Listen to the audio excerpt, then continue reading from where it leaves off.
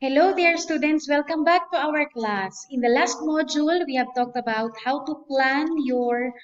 um, how to plan your document. So in today's video, in today's lesson, we will be talking about the essential parts of a business letter. Actually, we should have been talking about the parts and on um, how to write technical reports, technical manuals.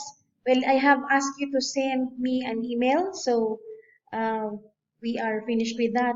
And, technical proposals, specifications, data sheets, and handbooks. However, as Ched mandates that we should only be tackling the most essential lesson, and I think the most essential lesson for this part of the module is for you to be able to write a business letter with the essential and the optional parts. I believe those other technical papers that I have mentioned a while ago, uh, you will learn them when you are already in the field.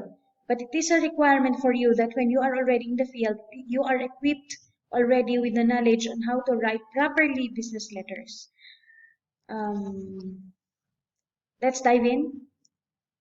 So, here are the essential parts of a business letter. First one is heading. What is a heading? I have here an example. So the heading is this part. It contains the logos of the institution or the company where the sender belongs. Of course, the name of the institution. For example, here we have the logo of the St. Tony's College Incorporated and the logo of the UCCP Church. Since we know that St. Tony's College is owned by the UCCP Church. And of course, we have here the name, St. Tony's College Incorporated. And then, mga karagdagang pagkakakinlangan, for example, formerly Kalinga Christian Learning Center. It is a need for us um, to be putting this formerly Kalinga Christian Learning Center so that people know, so that people will know na ito pala yung dating Kalinga Christian Learning Center. Especially those alumni na alang-alam nila is KCLC pa rin ng St. Tony's College Incorporated na ngayon. Another part of the heading is, of course, the address of the institution, which is Purok 4, Bulanao, Tabuk City, Kalinga, Philippines. And then the zip code 3800. That is the format for private institutions. However, for public institutions, I am going to show you an example of a letter that I have used for this topic na ginawa ko noong um, nasa public institution pa lang ako. So, it's in here. So the format, you see, when I was still in Cagayan State University, permission to use po. We have here the logo uh, of the institution, which is Cagayan State University. And then the format is this. You see, Republic of the Philippines, because it is a government-owned institution. And then the name of the institution, which is Cagayan State University, and then the address, Gonzaga, the satellite, because we have 8 satellites of Cagayan State University. So we must specify the campus, Gonzaga campus, and then the address, Gonzaga Cagayan, and of course, hindi mawawala ang zip code 3512. Of course, meron din tayong College of Teacher Education.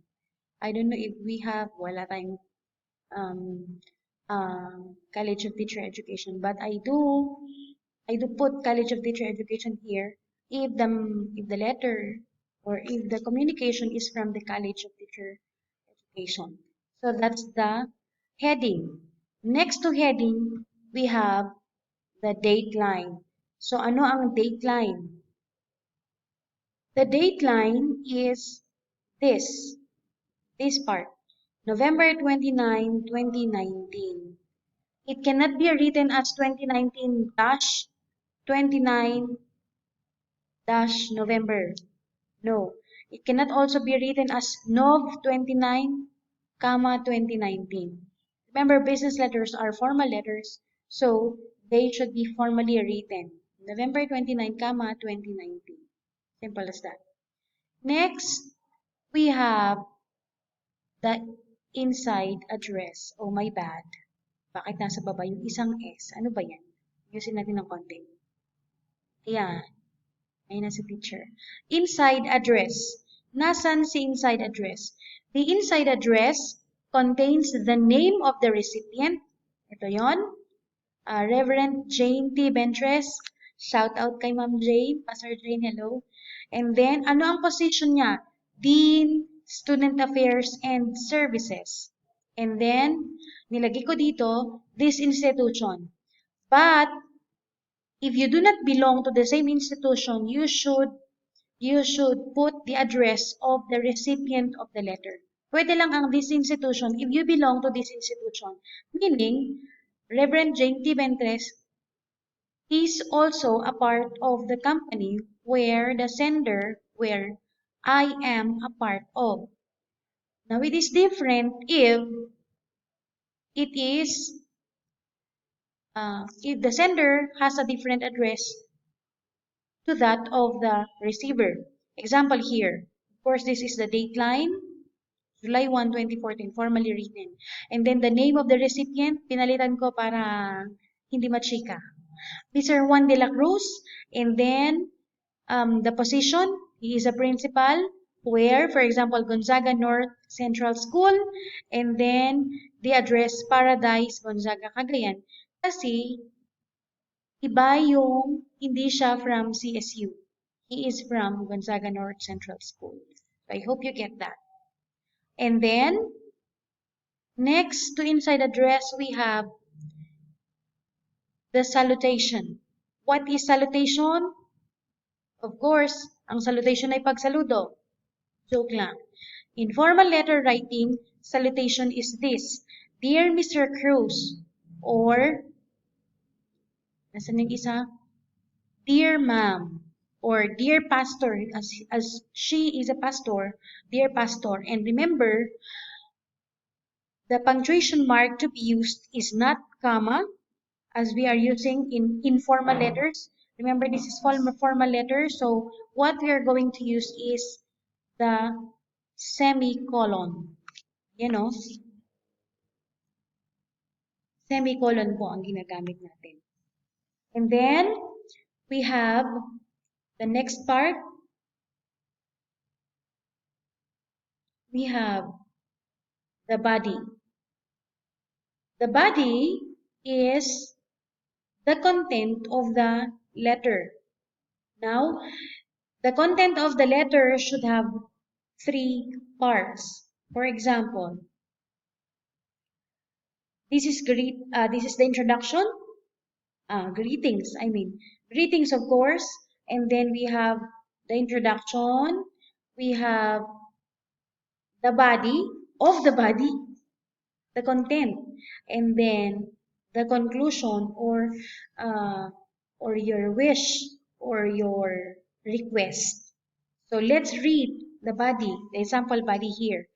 This letter is a request letter for my former students to be delegated to the school of Mr. Juan de la Cruz. So let's read. Dear Mr. Cruz, greetings of a peaceful and prosperous New Year. The second year Bachelor in Elementary Education students are enrolled in the subject FS2 or Field Study 2, Experiencing the Teaching and Learning Process. This is among the set of experiential learning courses they are required to take as education students. Students, dapat yun. As an education student, tama pala. This course is designed to first provide students with opportunities to examine the application of teaching theories and principles in the learning environment. Second, to verify the cognitive, metacognitive, individual differences, and motivational factors that influence the acquisition of knowledge. And lastly, to develop and try out learning tasks, instructional materials, and assessment tools. So yun yung parang introduction kung ano yung gusto mong sabihin. But take note ha, there are some people na ayaw yung ganito kahabang, ayaw ng lengthy introduction to the letter. Gusto nila yung jump in agad doon sa message mo. For example, sabihin mo lang, you have been requested to be the school where these students are to be delegated for their FS2, as simple as that, as direct as that. Kaya it's important that when you write, kilalanin nyo yung receiver of the letter and have a background of him or her kung ano yung type niyang letter. Kung wala naman, cross your fingers and do anyway. Write anyway the letter. Now let's go to the body. Let's continue. So yun yung pasakali kanina. The body, knowing the exceptional performance of your school, we believe that you can play a great role in helping us mold our student teachers. May we then request your good office to accommodate Chinchin Padayuman, hello, shout out. Clarence Joy Pedronan, Regina Escalante, Marie Cris Patubo, Purita Campus, Jerlina Tres, Isaac Curreg, and Annalisa Baklik in your school for their experiential learning. So ayun, nasabi mo na yung gusto mong sabihin. And then to end it, we are looking forward to our partnership in molding our future teachers. So sinabi ko na kung ano yung wish ko na sana payagan kami na our students would have their observation for their FS2 in their school. And then of course, do not forget to thank the receiver. Kahit pa ang ibig sabihin ng thank you sa letter is you are already forcing him to do the favor you are asking him because you are already thanking in advance. Do not forget to thank. Thank you and more power. And then the next part of the essential parts is the complementary clause. Ang complementary clause ay ito. Very truly yours, or very respectfully yours, or sincerely yours for those who are close. And then of course, it is coupled with the comma. Wala po sanang makikita na your apostrophe S. Mali po yun. Kasi may mga iba na nagsusulat ng ganito. Your is already possessive plus apostrophe S. Double possessive, hindi ko maintindihan. So, very truly yours or very respectfully yours and then comma. Yun na yun, complementary clause. And the last part of the essential parts of letter is the signature line. Nasaan ang signature line? The signature line is in here. Very truly yours is the complementary clause, and then the signature line is composed of the name of the sender, that is me, and then the position or the designation of the sender. Let's compare to this. This is an excuse, this is a certification of an excuse letter by a student. So tingnan nyo. The date line, November 29, 2019, and then it is addressed to Reverend Jane T. Ventres, Dean, Student Affairs and Services, this institution, kasi nga parehas kaming tiga St. Tony's. And then, dear ma'am, or dear madam, okay lang din. Siyempre kung madam, wala na yung apostrophe S. Madam din naman to eh. With a colon. And then, the body. This is to certify that Harriet K. Diao has asked an excuse after the Teacher's Day last October 9 for her checkup at St. Peter Clever Hospital at Dagupan for her urinary bladder ultrasound. Ano ba yan? Please excuse her. So yun yung introduction. Pansin nyo, walang greetings of good day. Kasi certification, simplified siya. Please excuse her from whatever activity she may have missed from your class. So, and then, hindi mawawala ang thank you in anticipation of your favorable response. Kahit pa inuulit ko yun, ang ibig sabihin niya ay payagan mo na. And then, very truly yours, comma, and then my name, and then my position or my designation. So, those are the essential parts of a business letter. Kung may natutunan kayo, please subscribe para kapag nag-upload ako ng next video, ma-notify kayo agad and hindi nyo na kailangang i-search pa ng mga educational videos. So see you on the next part, which is the optional parts of